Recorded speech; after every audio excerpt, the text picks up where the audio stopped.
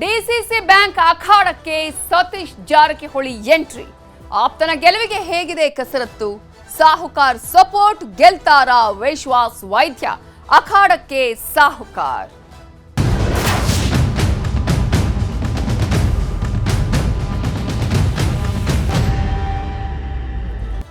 ರಂಗೇರಿದೆ Belagavi DCC bank ಚುನಾವಣೆಗೆ 3 ತಿಂಗಳು ಇರುವಾಗಲೇ ಕಸರತ್ತನ್ನ ಮಾಡಲಾಗ್ತಾ ಇದೆ.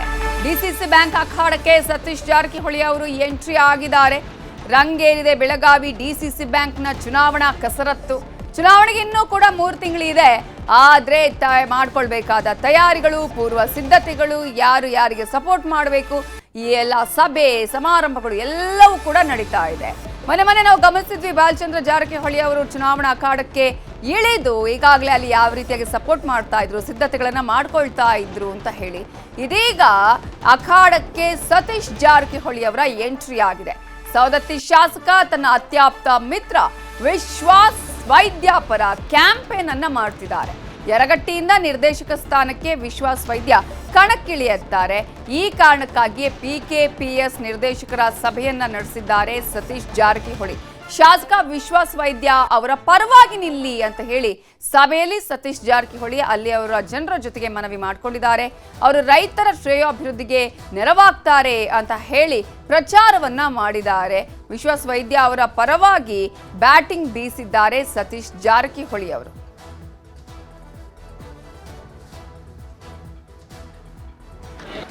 ಈ ಚುನಾವಣೆಯಲ್ಲಿ ಡಿಸಿಸಿ ಬ್ಯಾಂಕಿನ ಚುನಾವಣೆ ಯಾವುದೇ ರಾಜಕೀಯ ಪಕ್ಷದ ಚುನಾವಣೆ ಅಲ್ಲ. ಇಲ್ಲಿ ಯಾವುದೇ ಕಾಂಗ್ರೆಸ್, BJP ಅಥವಾ ಇತರ ಪಕ್ಷಗಳ ಪ್ರಶ್ನೆ ಬರೋದಿಲ್ಲ. ಅದನ್ನ ನೀವೆಲ್ಲ ಮೊದಲೇ ಕ್ಲಿಯರ್ ಮಾಡ್ಕೋಬೇಕು. ಈಗಾಗಲೇ ವೈದ್ಯ ಅವರ ಹೆಸರು ಮುಂಚೆನೇಲಿದೆ. ನಾವು ಕೂಡ ಅವ್ರಿಗೆ ಹೇಳಿದ್ವಿ, ಇಲ್ಲ ಯಾರೋ ನಾವು ನಿಲ್ತೀವಿ, ನಾವು ಗಟ್ಟಿದ್ದೀವಿ, ನೀವು ನಿಲ್ಲಿಸೋ ಹಂಗೆ ತಕರಾರಿಲ್ಲ. ಯಾಕೆ ಟೋಪಿ ಇಲ್ರಿ ನಾನು ನಿಲ್ತಾನವ್ರು ನಿಲ್ಸಕ್ಕೆ ಹೇಳಿದ್ದೀವಿ, ಹಂಗೇನಿಲ್ಲ. ನೀವು ನಿಲ್ಲೋಲ್ಲ ಅಂದ್ರೆ ವೈದ್ಯ ಅವ್ರು ನಾವು ನಿಲ್ಲಿಸ್ತೀವಿ. ಅವ್ರು ಲಾಸ್ಟ್ 2ನೇ ಆಪ್ಷನ್ ಅದು. ನಾವು ನಿಲ್ತೀವಿ ಅಂತ ಅವಕಾಶ ಕೊಡಿದ್ರೆ ಚರ್ಚೆ ಮಾಡ್ತೀವಿ. ಅದಕ್ಕೆ ಏನು ನೀವು ಇಲ್ಲಾಂದ್ರೆ ನೆಕ್ಸ್ಟ್ ವೈದ್ಯ ಅವರು ಈಗ ಅಲ್ಲಿ ತಯಾರಿ ಮಾಡ್ತಾರೆ. ಅಷ್ಟೇ ಪ್ರಾಮಾಣಿಕವಾಗಿ ತಯಾರಿ ಮಾಡಿ ಬೇರೆಯವ್ರು ಕೂಡ ನಾವು ಮಾಡ್ಲಿಕ್ಕೆ ತಯಾರಿದ್ವಿ. ನೀವು ಯಾರು ಇಲ್ಲಾಂದ್ರೂ ಕೂಡ ಅಂತಿಮವಾಗಿ ವೈದ್ಯರು ನಮ್ಮ ಅಭ್ಯರ್ಥಿ. ಹೆಚ್ಚಿನ ನಾಯಕರಾದಂಥ ಸಾಮಾನ್ಯ ಸತೀಶಣ್ಣ ಜಾರಕಿಹೊಳಿ ಇವತ್ತು ನಮಗೊಂದು ಡೇಟನ್ನು ನಿಗದಿಪಡಿಸಿ ಯರಗಟ್ಟಿ ತಾಲೂಕಿಗೆ ಇನ್ನು ತಯಾರಿ ತಗೊಂಡು ಹೇಳಿ ನನಗೆ ಈಗಾಗಲೇ ಒಂದೂವರೆ ವರ್ಷದಿಂದ ನನಗೆ ಅವ್ರು ಹೇಳಿದ್ರು. ಇವತ್ತು PKPS ಸೊಸೈಟಿಗೆ ಬೇಕಾಗುವಂಥ ಅನೇಕ ಕೆಲಸ ಕಾರ್ಯಗಳನ್ನ ಇವತ್ತು ನೇರವಾಗಿ ರೈತರಿಗೆ ತಲುಪುವಂಥ ಕೆಲಸವನ್ನು ಮಾಡಬೇಕು ಅನ್ನುವಂಥ ಉತ್ಸಾಹದಿಂದ ನಾವು ಇವತ್ತು BDCC ಬ್ಯಾಂಕ್ ಇಲೆಕ್ಷನ್ಗೆ ಚುನಾವಣೆಗೆ ನಿಲ್ಬೇಕಂತ ತೀರ್ಮಾನವನ್ನು ಮಾಡಿದ್ವಿ. ಆದ ಕಾರಣ ಎಲ್ಲ ಅಧ್ಯಕ್ಷರು, ಉಪಾಧ್ಯಕ್ಷರು, ಸರ್ವ ಸದಸ್ಯರು ಒಮ್ಮತದಿಂದ ತಾವು ನನಗೆ ಆಶೀರ್ವಾದ ಮಾಡಬೇಕಂತ ತಮ್ಮಲ್ಲಿ ನಾನು ಕೇಳುವುದು ವಿನಂತಿಯನ್ನು ಮೊದಲಿಗೆ ಮಾಡ್ತೇನೆ. ಡಿಸಿಸಿ ಬ್ಯಾಂಕ್ ಚುನಾವಣೆಯನ್ನ ಒಂದು ಪ್ರತಿಷ್ಠೆಯಾಗಿ ತೆಗೆದುಕೊಂಡಿದೆ ಸಾಹುಕಾರ್ ಕುಟುಂಬ. ಅದೇ ರೀತಿಯಾಗಿ ಈಗಾಗಲೇ ಇದರಲ್ಲೇ ಪಾರುಪತ್ಯವನ್ನು ಕೂಡ ಸಾಧಿಸಿರೋದನ್ನು ನಾವು ಗಮನಿಸ್ತಾ ಇದ್ದೀವಿ. ಈಗ ಡಿಸಿಸಿ ಬ್ಯಾಂಕ್ನ ಚುನಾವಣೆಗೆ ಇನ್ನೂ ಕೂಡ 3 ತಿಂಗಳು ಬಾಕಿ ಇರುವಂತಹ ಸಂದರ್ಭದಲ್ಲಿ ಈಗಾಗಲೇ ಎಲ್ಲಾ ರೀತಿಯಾದಂತಹ ತಯಾರಿಗಳನ್ನ ಈಗ ಸಾಹುಕಾರ್ ಕುಟುಂಬ ಮಾಡ್ತಾ ಇದೆ. ಬೆಳಗಾವಿಯ ರಾಜಕೀಯ ಶಕ್ತಿ ಕೇಂದ್ರ ಡಿಸಿಸಿ ಬ್ಯಾಂಕ್ ಚುನಾವಣೆಗೆ ಘಟಾನುಘಟಿಗಳು ಸ್ಪರ್ಧೆಯನ್ನ ಮಾಡ್ತಾ ಇದ್ದಾರೆ. ಈಗಾಗಲೇ ತಯಾರಿಗಳು ಕೂಡ ನಡೀತಾ ಇದೆ. ಸಚಿವರ ಮಕ್ಕಳು, ಶಾಸಕರು ಸ್ಪರ್ಧೆ ಮಾಡೋದಕ್ಕೆ ಈಗಾಗಲೇ ಸಿದ್ಧತೆಯನ್ನ ಕೂಡ ಮಾಡ್ಕೊಳ್ತಾ ಇದ್ದಾರೆ. ಈಗ ಡಿಸಿಸಿ ಬ್ಯಾಂಕ್ ಜಾರಕಿಹೊಳಿ ಸಹೋದರರ ಹಿಡಿತದಲ್ಲಿದೆ. ಜಾರಕಿಹೊಳಿ ಆಪ್ತ ಅಪ್ಪ ಸಾಬ್ ಕುಲಗೋಡೆ ಈಗ ಡಿಸಿಸಿ ಬ್ಯಾಂಕ್ನ ಅಧ್ಯಕ್ಷರು. ಈ ವರ್ಷ ಬ್ಯಾಂಕ್ 33 ಕೋಟಿ ಲಾಭದಲ್ಲಿದೆ. ಇನ್ನು 3 ತಿಂಗಳಲ್ಲಿ ಬೆಳಗಾವಿ ಡಿಸಿಸಿ ಬ್ಯಾಂಕ್ನ ಚುನಾವಣೆ ನಡೆಯಲಿದೆ. ಸೊ ಚುನಾವಣೆಗೆ ಸ್ಪರ್ಧೆ ಮಾಡೋದಕ್ಕೆ ಆಕಾಂಕ್ಷಿಗಳು ಈಗಾಗಲೇ ಎಲ್ಲ ರೀತಿಯ ಸಿದ್ಧತೆಗಳನ್ನ ಮಾಡಿಕೊಂಡಿದ್ದಾರೆ. ಪ್ರಭಾವಿಗಳು, ಅವರ ಕುಟುಂಬದವರೇ ಸ್ಪರ್ಧೆಗೆ ತಯಾರಿಯನ್ನ ಮಾಡಿಕೊಂಡಿದ್ದಾರೆ. ಮೊನ್ನೆ ಬಾಲಚಂದ್ರ ಜಾರಕಿಹೊಳಿ ಅವರು ಕೂಡ ರಾಹುಲ್ ಜಾರಕಿಹೊಳಿ ಅವರ ಪರವಾಗಿ ಸಪೋರ್ಟ್ ಮಾಡಿ ಅಲ್ಲಿ ಸಭೆಗಳನ್ನ ಮಾಡಿದ್ದು, ಅವರ ಪರವಾಗಿ ಕೆಲಸವನ್ನ ಮಾಡ್ತಾ ಇದ್ದಿದ್ದನ್ನ ನಾವು ತೋರಿಸಿದ್ವಿ. ಅದೇ ರೀತಿಯಾಗಿ ಚಂದ್ರರಾಜ ಹಟ್ಟಿಹೊಳಿಯವರು ಕೂಡ ಈಗ ಸ್ಪರ್ಧೆಗೆ ತಯಾರಿ ಮಾಡಿಕೊಂಡಿದ್ದಾರೆ. ಅಶೋಕ್ ಪಟ್ಟಣ್ ಕೂಡ ತಯಾರಿ ಮಾಡಿಕೊಂಡಿದ್ದಾರೆ. ಗಣೇಶ್ ಹುಕ್ಕೇರಿ ತಯಾರಿ ಮಾಡಿಕೊಂಡಿದ್ದಾರೆ. ರಾಜು ಕಾಗೆ, ಬಸವರಾಜ್ ಕೌಜಲಗಿ ಇವರೆಲ್ಲರೂ ಕೂಡ ಇದೀಗ ಪ್ರಭಾವಿಗಳು ಸಿದ್ಧತೆಗಳನ್ನ ಮಾಡ್ಕೊಳ್ತಾ ಇದ್ದಾರೆ. ಒಟ್ಟಾರೆ 16 ನಿರ್ದೇಶಕ ಸ್ಥಾನ ಇದೆ. 16 ನಿರ್ದೇಶಕ ಸ್ಥಾನಕ್ಕೆ ಈಗಾಗಲೇ ಪೈಪೋಟಿ ತೀವ್ರಗೊಳ್ತಾ ಇದೆ. ಎಲ್ಲರೂ ಕೂಡ ಆಲ್ರೆಡಿ ಈಗ ಚುನಾವಣಾ ಪ್ರಚಾರವನ್ನ ಮಾಡ್ತಾ ಇದ್ದಾರೆ. ಘಟಾನುಘಟಿಗಳು ಸ್ಪರ್ಧೆಗೆ ಸಿದ್ಧತೆಗಳನ್ನ ಮಾಡ್ಕೊಳ್ತಾ ಇದ್ದಾರೆ. ಸಾಹುಕಾರ ಕುಟುಂಬ ಈಗಾಗಲೇ ಅವರಿಗೆ ಅವರಲ್ಲಿ ಅಧ್ಯಕ್ಷ ಸ್ಥಾನ ಸಿಗಬೇಕು ಅನ್ನುವಂತಹ ನಿಟ್ಟಿನಲ್ಲಿ ಎಲ್ಲಾ ರೀತಿಯಾದಂತಹ ಪೂರ್ವ ಸಿದ್ಧತೆಗಳನ್ನ ಮಾಡ್ಕೊಳ್ತಾ ಇದೆ. 16 ನಿರ್ದೇಶಕ ಸ್ಥಾನಕ್ಕೆ ಈಗಾಗಲೇ ಕಣಕ್ಕಿಳಿಯೋದಕ್ಕೆ ಸಚಿವರುಗಳು, ಅವರ ಕುಟುಂಬಸ್ಥರು, ಶಾಸಕರುಗಳು, ಅವರ ಕುಟುಂಬಸ್ಥರು, ಆಪ್ತರು ಎಲ್ಲ ತಯಾರಿಯನ್ನ ಮಾಡ್ಕೊಳ್ತಾ ಇರುವಂತಹ ಸಂದರ್ಭದಲ್ಲೇ ಯಾವ ಚುನಾವಣೆಗೂ ಕಡಿಮೆ ಇಲ್ಲ ಅನ್ನುವ ರೀತಿಯಲ್ಲಿ ಡಿಸಿಸಿ ಬ್ಯಾಂಕ್ನ ಚುನಾವಣೆ ನಡೀತಾ ಇದೆ. ಇದೇ ವಿಚಾರಕ್ಕೆ ಸಂಬಂಧಪಟ್ಟ ಹಾಗೆ ಇನ್ನಷ್ಟು ಡೀಟೇಲ್ಸ್ ಅನ್ನ ಕೊಡೋದಕ್ಕೆ ನಮ್ಮ ರಿಪೋರ್ಟರ್ ಚಂದ್ರಕಾಂತ್ ಸುಗಂಧಿ ಈಗ ನೇರ ಸಂಪರ್ಕದಲ್ಲಿ ಜಾಯ್ನ್ ಆಗಿದ್ದಾರೆ. ಚಂದ್ರಕಾಂತ್ ಸುಗಂಧಿ, ಈಗಾಗಲೇ ಯಾವ ಚುನಾವಣೆಗೂ ಕಡಿಮೆ ಇಲ್ಲ ಅನ್ನುವ ರೀತಿಯಾಗಿ ಈಗಾಗಲೇ ಎಲ್ಲಾ ಸಿದ್ಧತೆಗಳು ಆಗ್ತಾ ಇರೋದನ್ನ ನಾವು ಗಮನಿಸ್ತಾ ಇದ್ವಿ.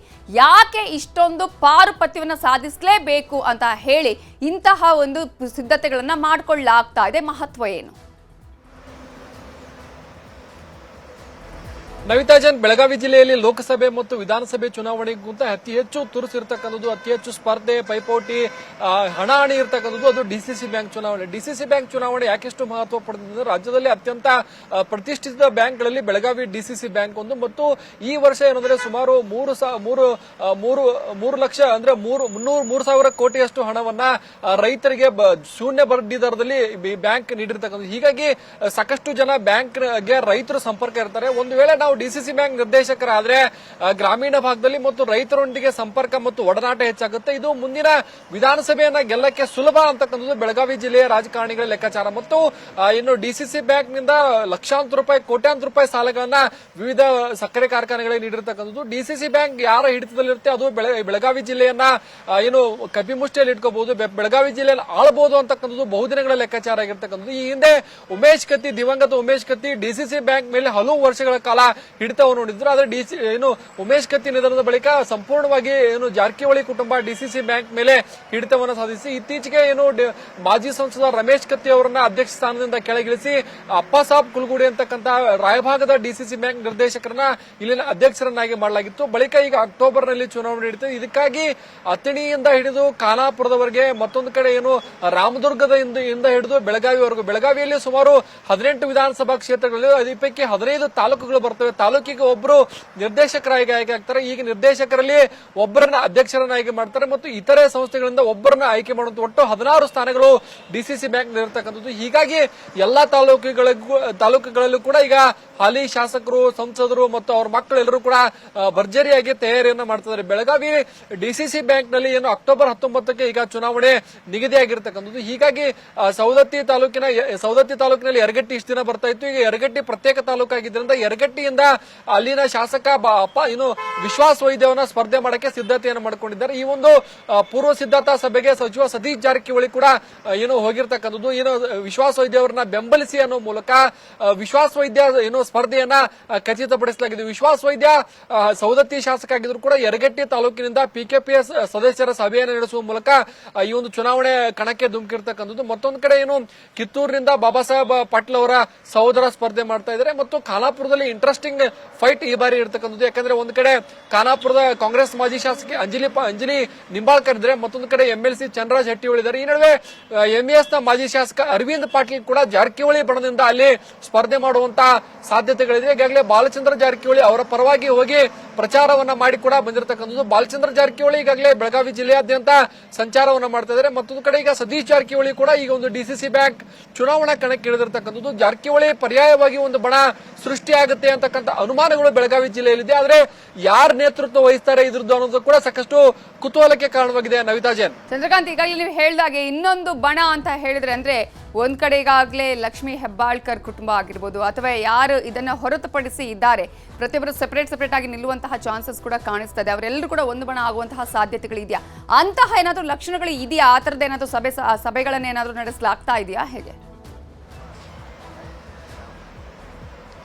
ನವಿತಾ ಜೈನ್, ಕಳೆದ ಬಾರಿ ಚುನಾವಣೆ ಅತ್ಯಂತ ಪ್ರತಿಷ್ಠಿತ ಚುನಾವಣೆ ಆಗಿತ್ತು. ಆದರೆ ಕಳೆದ ಬಾರಿ ಏನು ರಾಜ್ಯದಲ್ಲಿ ಬಿಜೆಪಿ ಸರ್ಕಾರ ಇರೋ ಕಾರಣಕ್ಕಾಗಿ ಆಗ ಏನು RSS ನ ಪ್ರಮುಖ ನಾಯಕರು ಮತ್ತು ಕೇಂದ್ರ ಸಚಿವ ಪ್ರಹ್ಲಾದ್ ಜೋಶಿ ಬೆಳಗಾವಿ ಡಿಸಿಸಿ ಬ್ಯಾಂಕ್ ವಿಚಾರವಾಗಿ ಮಧ್ಯಪ್ರವೇಶವನ್ನು ಮಾಡಿದ್ರು. ಸುಮಾರು 12 ನಿರ್ದೇಶಕರನ್ನ ಅವಾಗ ಏನು ಎಲ್ಲರ ಸಹಮತದಿಂದ ಅವರನ್ನ ಆಯ್ಕೆ ಮಾಡಲಾಗಿತ್ತು. ಇದರ ನೇತೃತ್ವವನ್ನು ಅವಾಗ ಬಾಲಚಂದ್ರ ಜಾರಕಿಹೊಳಿ, ಉಮೇಶ್ ಕತ್ತಿ, ಲಕ್ಷ್ಮಣ ಸವದಿ ಮತ್ತು ಸೇರಿದಂತೆ ಅಣ್ಣಾಸಾಬ್ ಜೊಲ್ಲೆ ವಹಿಸಿರ್ತಕ್ಕಂಥದ್ದು. ಈಗ ಸದ್ಯ ಏನು ಎಲ್ಲವೂ ಕೂಡ ಚೇಂಜ್ ಆಗಿರ್ತಕ್ಕಂಥದ್ದು. ಈಗ ಏನು ಬೆಳಗಾವಿ ಡಿಸಿಸಿ ಬ್ಯಾಂಕ್ ನ ಎಲ್ಲ ಅಧ್ಯಕ್ಷ ಸ್ಥಾನ ಮತ್ತೆ ಎಲ್ಲವೂ ಕೂಡ ಬದಲಾವಣೆ ಆಗಿದೆ. ಹೀಗಾಗಿ ಈಗ ಸದ್ಯ ಬಾಲಚಂದ್ರ ಜಾರಕಿಹೊಳಿ ಅವರ ಏನು ಜಾರಕಿಹೊಳಿ ಪೆನಲ್ ನಲ್ಲಿ ಅಣ್ಣಾಸಾಬ್ ಜೊಲ್ಲೆ ಇರತಕ್ಕಂಥದ್ದು. ಮತ್ತೆ ಇತ್ತೀಚೆಗೆ ಗೋಕಾಕ್ನಲ್ಲಿ ನಡೆದಂತಹ ಒಂದು ಸಭೆಯಲ್ಲಿ ಲಕ್ಷ್ಮಣ ಸವದಿ ಅವರ ಫೋಟೋವನ್ನು ಕೂಡ ಜಾರಕಿಹೊಳಿ ಹಾಕಿದ್ರು. ಸಾಕಷ್ಟು ಆಶ್ಚರ್ಯಕ್ಕೆ ಕಾರಣವಾಗಿದೆ. ಮತ್ತೊಂದು ಕಡೆ ಪ್ರಭಾಕರ್ ಕೋರೆ ಅವರ ಫೋಟೋವನ್ನು ಕೂಡ ಜಾರಕಿಹೊಳಿ ಸಹೋದರ ಹಾಕಿರ್ತಕ್ಕಂಥದ್ದು. ಈಗ ಈ ಒಂದು ಪರ್ಯಾಯವಾಗಿ ಬಣವನ್ನು ಯಾರು ಸೃಷ್ಟಿ ಮಾಡ್ತಾರೆ ಅಂತಕ್ಕಂಥ ಅನುಮಾನಗಳಿತ್ತು. ಅವರ ಫೋಟೋಗಳು ಈಗ ಇವ್ರ ಜೊತೆಗೆ ಕಾಣಿಸಿಕೊಂಡಿದ್ರಿಂದ ಪರ್ಯಾಯ ಬಣವನ್ನ ಸೃಷ್ಟಿ ಮಾಡೋರು ಯಾರು ಅಂತಕ್ಕಂಥದ್ದು ಸಾಕಷ್ಟು ಕುತೂಹಲಕ್ಕೆ ಕಾರಣವಾಗಿದೆ. ಇನ್ನೂ 2-3 ತಿಂಗಳು ಸಮಯಾವಕಾಶ ಇರೋದ್ರಿಂದ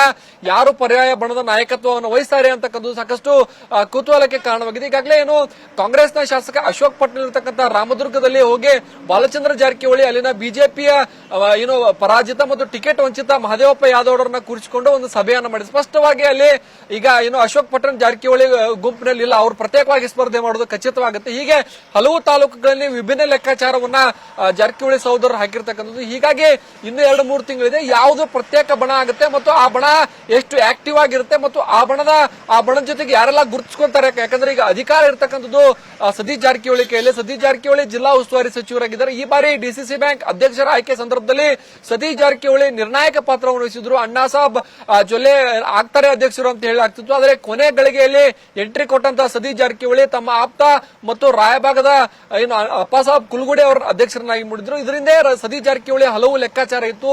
ಸತೀಶ್ ಜಾರಕಿಹೊಳಿ ಒಂದು ವೇಳೆ ರಾಯಭಾಗ ಜನರಲ್ ಆದ್ರೆ SC ಮೀಸಲು ಕ್ಷೇತ್ರ, ಅದು ಮುಂದಿನ ಬಾರಿ ಏನು ಜನರಲ್ ಆದ್ರೆ ರಾಯಭಾಗ ಅಥವಾ ಕುರ್ಚಿಯಿಂದ ತಾವಾಗ್ಲಿ ತಮ್ಮ ಮಗನಲ್ಲಿ ಸ್ಪರ್ಧೆ ಮಾಡಬೇಕು ಅಂತಕ್ಕಂಥ ಲೆಕ್ಕಾಚಾರ ಹಾಕೊಂಡಿದ್ದಾರೆ. ಹೀಗಾಗಿ ರಾಯಭಾಗಕ್ಕೆ ಈ ಬಾರಿ ಅಚ್ಚರಿ ರೀತಿಯಲ್ಲಿ ಡಿಸಿಸಿ ಬ್ಯಾಂಕ್ ಅಧ್ಯಕ್ಷ ಸ್ಥಾನವನ್ನ ಬಿಟ್ಟುಕೊಟ್ಟಿರ್ತಕ್ಕಂಥದ್ದು. ಹೀಗಾಗಿ ಈ ಒಂದು ಚುನಾವಣೆ ಸಾಕಷ್ಟು ಕುತೂಹಲ ಮತ್ತು ಈಗ ಏನು ಅನೇಕ ಕುತೂಹಲಗಳನ್ನ ಸದ್ಯ ಮೂಡಿಸಿರ್ತಕ್ಕಂಥದ್ದು. Navita Jain, thank you Chandrakant.